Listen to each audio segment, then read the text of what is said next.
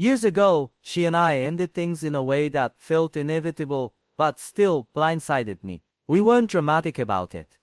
No screaming, no slam doors, just a quiet accumulation of missed expectations, poor communication, and my stubborn belief that love could survive on good intentions alone. I was convinced I had time to grow up later. She needed me to do it then. The breakup wasn't about a single betrayal or a catastrophic mistake. It was about neglect, emotional laziness, and the small ways I failed to show up. I told myself we were just going through a phase. She told me she was tired of waiting. When she finally walked away, I nodded like I understood. I didn't. Not really. At the time, I framed it as bad timing. Looking back, it was immaturity. I didn't know how to listen without defending myself, how to apologize without qualifying it, or how to love someone without assuming they'd always be there. That's the version of the story I carry now, years later, as I consider what it might mean to try again. After we broke up, life didn't collapse the way I'd secretly expected it to. No cinematic downfall, no sudden clarity. Instead there was silence, long stretches of it. We didn't stay friends. We didn't do the check-in once in a while thing. We simply disappeared from each other's daily lives, and that absence became the new normal. I filled the space the way a lot of people do. I worked more. I dated, casually and sometimes carelessly. On the surface, I looked functional, even successful, but beneath that, there was a pattern I didn't want to acknowledge. The same complaints kept coming up from different people. I was distant, hard to read, slow to commit emotionally. Each time I told myself the match just wasn't right. I heard through mutual friends that she'd moved cities for a while, then came back, that she was doing well, that she changed too. I never asked for details. Part of me was afraid that knowing more would force me to confront what I'd lost, and what I'd contributed to losing it. Years passed like that, not in constant pain, but not in peace either. Just a low, persistent awareness that the version of me who lost her still existed, quietly shaping my choices. Time has a way of sanding down your excuses. Somewhere between turning older and getting tired of my own patterns, I started noticing how often I avoided accountability by calling it self-preservation. I read things I'd never bothered with before, about attachment, about emotional responsibility. Not because I wanted her back, at least not consciously, but because I was tired of repeating the same mistakes with different names. I don't know exactly when she stopped being just a memory, and started being a question again. It wasn't sudden. It was more like realizing that the story I told myself about our breakup no longer held up under scrutiny. I had changed, yes, but only because I finally admitted that I had been part of the problem, in ways I hadn't wanted to see. I wondered if she'd done the same kind of work, or if she'd simply moved on and built a life where I was nothing more than an old chapter. I told myself that wondering didn't mean anything. That curiosity wasn't intention, but the truth is, once you start asking better questions about yourself, some people from your past inevitably come back into focus. We didn't plan it. There was no dramatic reach out, no late-night message typed and deleted a dozen times. I ran into her at a small grocery store, on a weekday evening. The kind of place you go when you don't want to see anyone you know. I recognized her before she saw me, which gave me just enough time to feel every emotion I'd apparently been storing for years. She looked different, but not unrecognizable. More settled, somehow. When our eyes met there was a brief pause, the kind where both people are deciding which version of themselves to present. We said hello. We smiled, cautiously. Neither of us mentioned how long it had been, though it hung between us like a third person. The conversation was polite and surface level. Work, the neighborhood, neutral territory. But there was an ease underneath it that surprised me. Not comfort exactly, more like familiarity that hadn't expired. Before we parted, she hesitated, then said we should catch up properly sometime. I agreed, trying not to read too much into it while doing exactly that. I walked home replaying the encounter, aware of how fragile that moment was. It could have ended there and still meant something, or it could be the beginning of a conversation we'd both avoided for years. I didn't know which one scared me more. A few days later, she messaged me. Nothing loaded, just a simple follow-up, suggesting coffee. I stared at my phone longer than I cared to admit, not because I didn't want to go, but because I did. And I was trying to manage my expectations before they ran ahead of reality. When we met, It felt different from the grocery store encounter, more intentional. We chose a quiet place, sat across from each other, and acknowledged the obvious.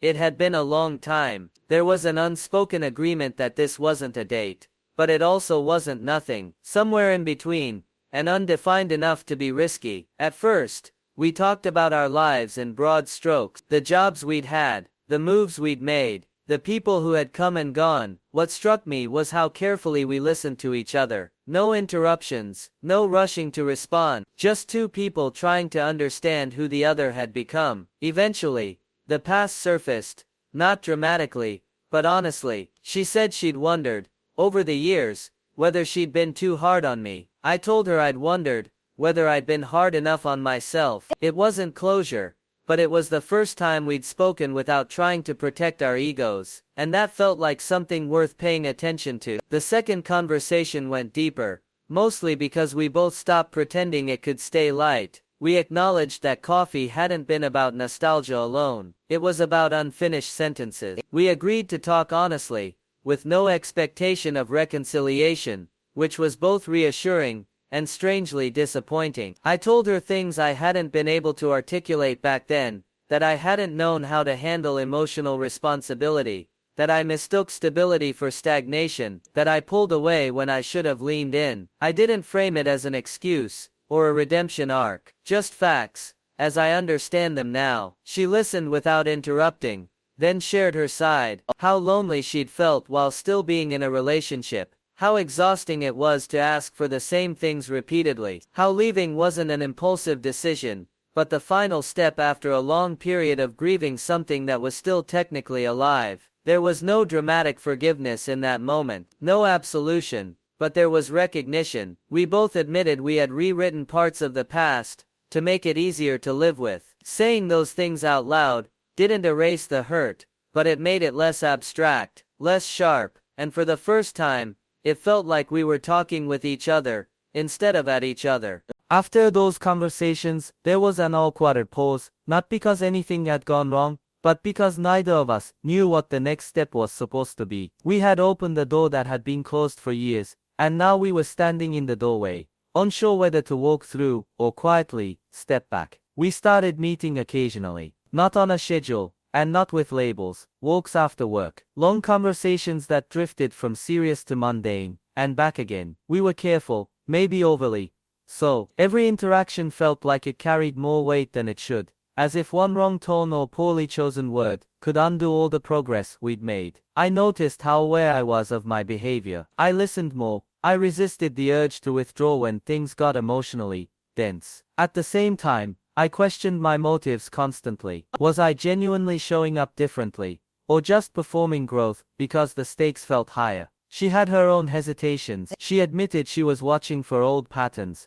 trying to decide whether the changes she saw were real or temporary. I couldn't fault her for that. Trust once broken doesn't reset just because time has passed. It has to be rebuilt deliberately, in small, unremarkable moments. And we were just beginning to find out whether we were capable of that. The shift wasn't announced. There was no explicit moment where we agreed, we're doing this. It became clear through behavior, rather than words. We prioritized time together. We shared things we wouldn't have bothered mentioning if it didn't matter. The space between us narrowed, cautiously, but intentionally. Eventually, she asked the question we'd both been circling, what was I hoping for? I didn't answer quickly, not because I didn't know, but because I wanted to be precise. I told her I wasn't interested in recreating what we had. That version of us had already proven its limit. What I wanted, if she was open to it, was to see whether two changed people could build something new, informed by the past but not owned by it. She said she appreciated the honesty,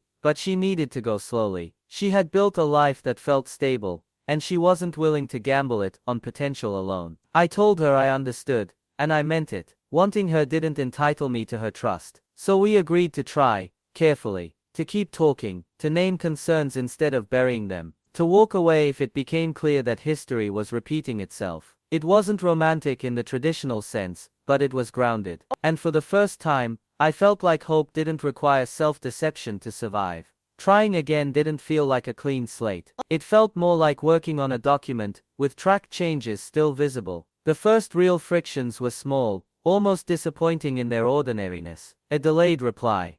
A cancelled plan. Moments that in another context wouldn't have registered as problems at all. But history has a way of amplifying minor things. I could see her pulling back slightly when something reminded her of how things used to be. I could also feel my own old instincts surface, the urge to minimize, to explain instead of listen, to assume things would smooth themselves out if we didn't dwell on them. This time though, we stopped and talked, not perfectly, and not without discomfort. She told me when something made her uneasy, even if she wasn't sure whether it was fair. I told her when I felt myself getting defensive, instead of pretending I wasn't. Those conversations were exhausting in a way early relationships rarely are, but they were also clarifying. What stood out to me was how deliberate everything had become. Love wasn't just a feeling we relied on. It was a series of choices we kept having to reaffirm. That made things heavier, but also more honest. We weren't pretending the past didn't exist. We were learning how to live with it, without letting it dictate every reaction. One of the hardest parts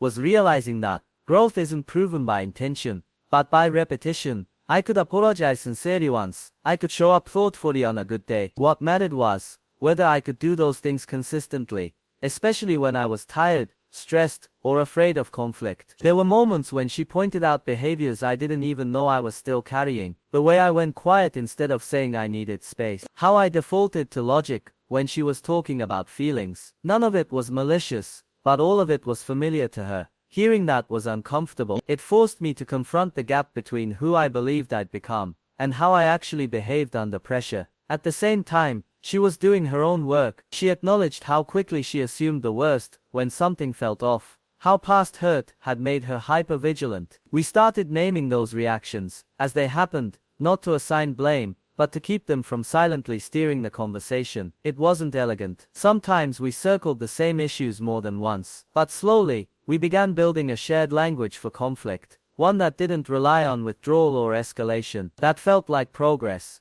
even when it didn't feel good. Even with progress, the past had a way of surfacing unexpectedly. Certain dates, places, or casual mentions of old friends could trigger memories neither of us wanted to revisit, but both of us had to. Sometimes it was quiet pain, sometimes it was frustration at how long it had taken to understand what went wrong. One evening, an argument erupted over something trivial, plans we'd made that didn't align. It spiraled quickly because underneath the surface, we were both touching old insecurities. I realized that every disagreement wasn't just about logistics. It was an echo of everything unresolved. She realized the same thing, and we both had to pause and acknowledge it before moving forward. We started using a kind of timeout system, not avoidance, but a deliberate pause to cool down, reflect, and then return with clarity instead of defensiveness. It wasn't perfect, and we stumbled often, but each incident taught us a little more about patience, forgiveness, and the difference between reaction and reflection. Facing those old wounds didn't erase them, but slowly, they became shared history instead of personal baggage. They became a part of the foundation we were trying to rebuild together.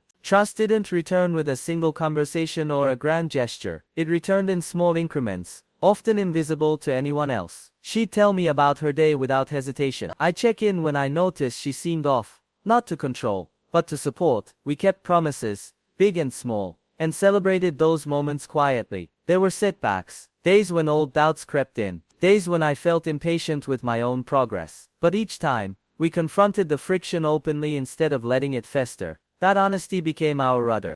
I learned to appreciate the subtle ways trust shows itself, letting her drive while I navigate, asking before making assumptions, remembering little details she mentioned months ago. Every small act added a brick to a foundation that had been cracked for years. Slowly, what felt like an impossible reunion began to feel like a real partnership again. It was exhausting at times, yes, but grounding too. For the first time, I could see that love wasn't just an emotion, it was consistent action over time, and that realization made me want to keep trying, even when the work was hard. Even amid the deliberate work and difficult conversations, there were moments that reminded me why this effort mattered. A quiet morning making coffee together, laughing over a shared memory that no longer carried bitterness, walking through the park and realizing we could enjoy the present without dragging the past along. These moments weren't dramatic or cinematic, they were ordinary, small yet profound. They were proof that the foundation we were rebuilding wasn't just about fixing mistakes. It was about creating something new, something we both actively wanted. I noticed the difference in how we interacted compared to our younger selves. There was patience now, curiosity instead of assumptions, a willingness to see the other as a whole person, rather than a collection of old grievances. It was a fragile joy, but also a genuine one, and it kept me committed on days when doubts threatened to creep in. Those small fleeting moments became markers, proof that change was possible, that connection could survive years of distance, and that the effort we were putting in was starting to pay off. Despite the progress, old habits didn't disappear entirely. There were nights when I felt myself retreating emotionally, defaulting to patterns I thought I'd left behind. There were times she hesitated to open up fully, worried she'd trigger a response she'd already learned to anticipate. These moments were humbling. They reminded us that growth isn't linear, and that patience both with ourselves and each other was essential. Arguments resurfaced over trivial things, yet we had learned to pause, reflect, and return to conversation with intention. We reminded each other,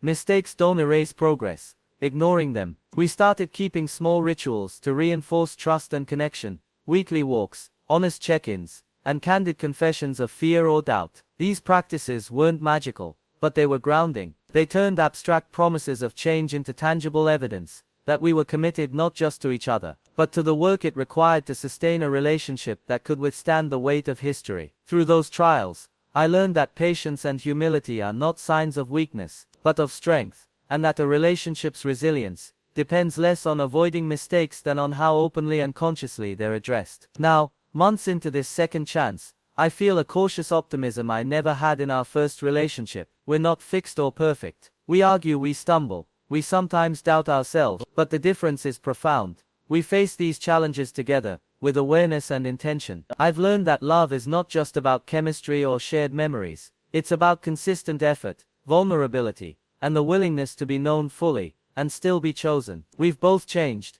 but we're choosing to continue growing together, rather than separately. Looking forward, I don't have guarantees. The past isn't erased, and the future remains uncertain. But I do have hope, rooted not in naive optimism, but in the tangible work we've done, and the honesty we now share. If there's a lesson in all of this, it's that some relationships are worth the patience, the discomfort, and the deliberate rebuilding. And sometimes, love doesn't fail, it just waits for both people to become the partners they need to be. Even after years apart, it's possible to start again, carefully, honestly, and with the knowledge that mistakes are part of the journey, not the end of it.